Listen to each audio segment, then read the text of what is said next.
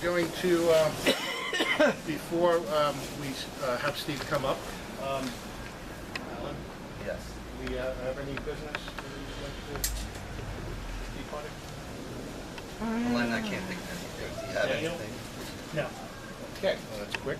And do I have any business? Yeah, basically, I want to thank everyone who came to the Brooklyn Cyclones event in July. It was a good fundraiser for the Brooklyn Tea Party. We raised $116 for our caucus, so we thank everyone who attended. And also, I wanted to thank everyone who attended the Congressman Dan Donovan meeting back here, and also former Congressman Michael Grimm when he spoke back here. I believe it was 2 weeks prior to him. So I want to thank everyone who came out to those events. Moving forward, we're going to try to, we had Shell Farley try to reached out to us. Thank you to Maury Lipson, who reached out to them. They wanted to come to today's meeting. Are you the representative for her? Sir? Are you the, you're not the representative? Colin Leary. Okay. So he was trying to, they're going to send someone, they're going to reach out to us probably for when we settle our September meeting, most likely the 3rd week in September. So we're going to try to get them as well. So without further ado, let's just all... I just realized one little piece. So if anybody who took part in the, what was it, in the pet food drive that we did, if anybody brought any pet food, you know, please let us know. So far we have 2 bags, a bag of cat food, a bag of dog food, that's been donated for the pet food drive. If you'd still like to take part in it, the coupon no longer exists, but you can go over and bring to us the next month bags of dog food or cat food. And we'll be donating that to the Sean Casey Animal Relief Fund. Okay, so far I brought in 2 bags, so if I don't know, does anyone Are have these dogs Republicans or Democrats? Yes, they're nonpartisan actually, so it could be one. They could be one over. Listen, I'm a Rossi, you don't have to worry. unlike some of the Democrat women, unlike Nancy Pelosi, okay, this isn't a B word, okay, so it's not that B. Okay, before the rains come, let's all rise for the Pledge of Allegiance. Okay, I flag right here or here. I pledge allegiance to the flag of the United States of America and to the republic for which it stands, one nation, under God, indivisible, with liberty and justice for all. Thank you, ladies and gentlemen. Please be seated. And without further ado, our guest speaker, Assembly candidate for the 46th Assembly District, Steve Saperstein. Thank you. Everybody around the corner. Do you need an umbrella? No, it's okay.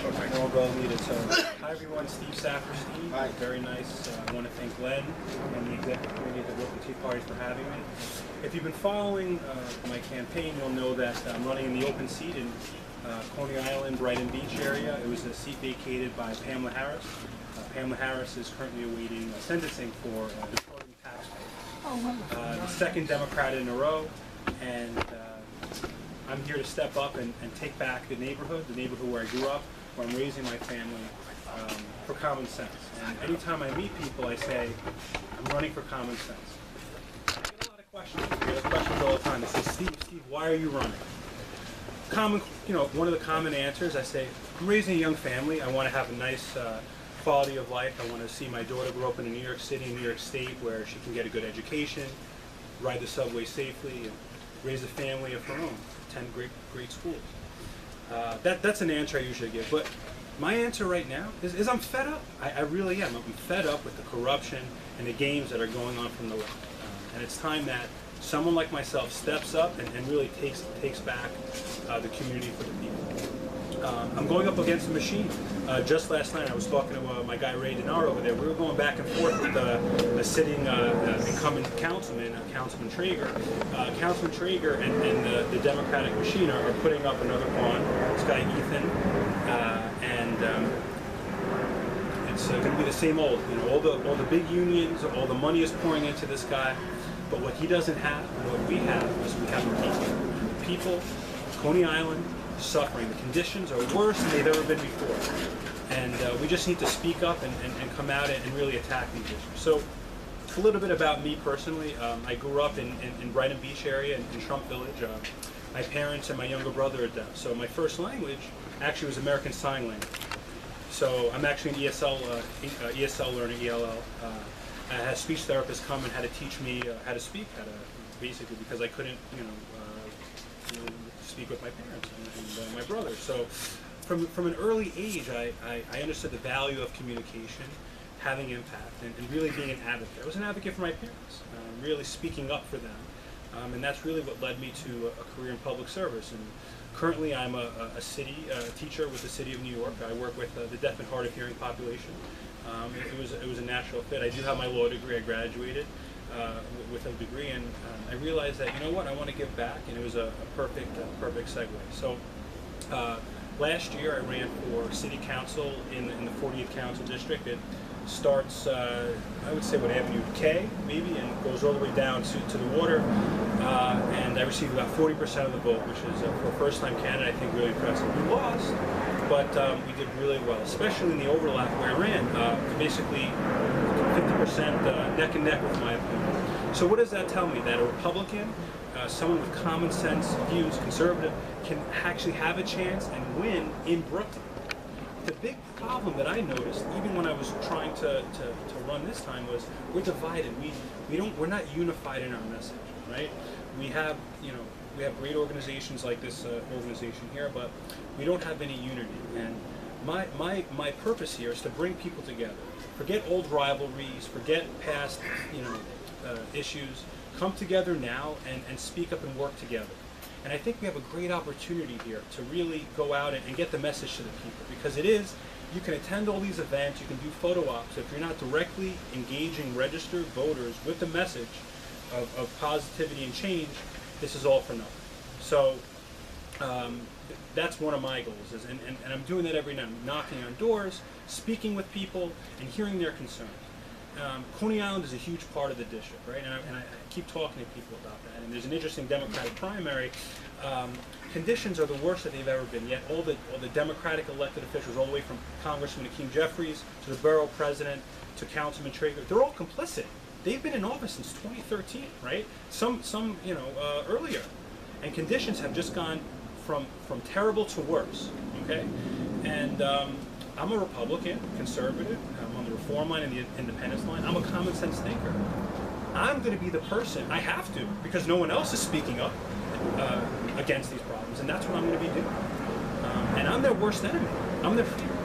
They fear me, really. And you could see last night in my little Twitter barrage with the councilman that I'm not, they can't silence me. I have a voice.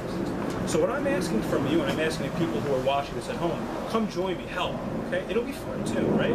We get to meet people and spread the message, and that's really what I'm looking to do, especially as an assemblyman, right? I would be the only sitting Republican, conservative, independence, reform assemblyman in Brooklyn for 30 years, and that's important. We build a base, and that's how you win. You could host fundraisers, you could attend events, but if we don't pick up seats, we're nothing. So that's pretty much the general spiel. Obviously, there are different important issues, transportation, infrastructure, education, which I'm passionate about, senior funding. There are legal home conversions. We have a serious opioid epidemic. These are things that I want to tackle, but I can't do this alone. And I'm not expecting to come with you with all the answers. I want to work with both sides. And I do believe that I am what's called a bipartisan problem solver, rooted in the grassroots. Because when you go into these communities, especially Coney Island, it's I'm a Democrat, and what you're finding is many people are walking away. They're walking away because they're realizing, man, things are the same. They're getting worse. Why am I voting the same way? Let me have an open mind. Unfortunately, though, there's a rhetoric out there against Republicans, conservatives, that we're the bad guy, that we don't want to bring change into the community. And that's something that we have to change. We don't speak out about it. And that's something I'm very passionate about. If you follow my social media, I do speak out about it. We need to do a better job of controlling the narrative. And that's something, when elected, I will do. And again, that's why I believe I am people's worst nightmare, because I'm not afraid to speak out and let them know what the facts are on the ground, okay? Because again, I'm a public school teacher. Like, how are you going to attack me? You can't, right? They're trying to paint me to be a Trump Republican. Okay, you can do it. You do what you want to do, but at the end of the day, you can try to divide me by party, but not by character. And everybody here, especially you, have character and you have a willingness to believe in something, and that's why I'm running for office, right? You think it's okay. Like right now, it's a Sunday afternoon, right? And I'm happy to be with you, but I could be with my young daughter right now and spending time with her in the park. I will go spend time with her, but what I'm saying is I'm doing this because I care about the future and I want to make a better life for her, and this is the best way to do it. I just don't know how, and that's why I'm empowered and why I'm running for assembly. So I appreciate it, and if there's any questions? Yes, or... Steve. Yes, Glenn. If you want, you could just step down here under No the problem. tent. Just don't hit your head. No problem, man. Sure. No, you're tall. Okay. There you go. You can just Okay. give you catty corner. No just like problem. That way we could all Yeah. be driving. Sure. You talk to a lot I'm of going to sit people. down because I do Yeah, better. right. I do better hanging out. You talk to a lot of people, right? Yeah. What do you find are the two biggest or three biggest issues that people are concerned about? Great question. So my district, it's like a barbell, right? So you have Brighton Beach, which is a new immigrants that are coming over, and then you have Dyker Heights, Bay Ridge, and you think, wow, and you have Coney Island. You think that the issues would be different, but people want the same thing. They want strong. I mean, it's cliche, but they want a quality of life, right? Jobs are future for their children, and that's their education. And safety and security and transportation. Obviously, people are really fed up with what's going on. I mean, you have the R train in Bay Ridge. People are literally losing their jobs because the train is not working. So we just have to come up with common sense ideas. And again, lots of politicians before me, and I don't believe I'm a politician. I believe I'm a member of the community. Have run on, and you see the check mark. Transportation, education. Senior funding, but those are the real issues, but nothing really, changes. I knock on doors, I try to do at least 3 hours every night, one person said to me, he says, Steve, I got a 14-year-old grandchild, and they have nothing to do. There's no after-school program. There's no summer program. And what are they doing when there's no after-school program or summer? They're getting into trouble. They're going and they're getting into drugs, and they're basically not having a good quality of life. So that's something that we should be cognizant about. And again, there's lots of issues like that. But those are some of the things I'm hearing about. Obviously the homelessness crisis is a huge thing. I think a lot of it's with mental health. Throwing $1.8 billion at it, and conditions are only getting worse. And that's another reason why I'm a conservative. I mean, the money is there, right? The economy is roaring, but we're spending it, and we're just throwing money, and it's just not getting to the people. Someone told me that the veterans budget, it all goes to salary, with the council. So we need to think about the VA hospitals when you're saying about. Well, the VA exactly with the hospital, but a lot of the even with and when I was running last year, the city council budget, all that money just goes to salary. It's not going to the actual outreach for veterans. And the VA hospital, I know they're thinking about slowly shutting it down because look, it's a valuable piece of property, right off the water. I could build a luxury condominium there. Talk But about the real estate. That's what I want to ask you. Yeah. You represent Coney Island. yes, How much of what's going on? Because I know Coney Island, and when we had the last mayor, when Bloomberg was around, Right. and they built all the attractions, Coney Island Right. is back. Yeah, the little strip was looking nice. Yes. But you walk a couple of blocks inland, and it's a horror show. a lot of vacant lots. But at the same time, what is going on with these developers? And I work now, I taught for 39 years at Madison. I ran the Okay, biomed house I went to there. Midwood. Okay, And now I work for a private yeshiva high school, that side of Brooklyn. okay, And a lot of the people from that community, I don't want to name communities, are big in that real estate field. We're talking for equities, etc. right.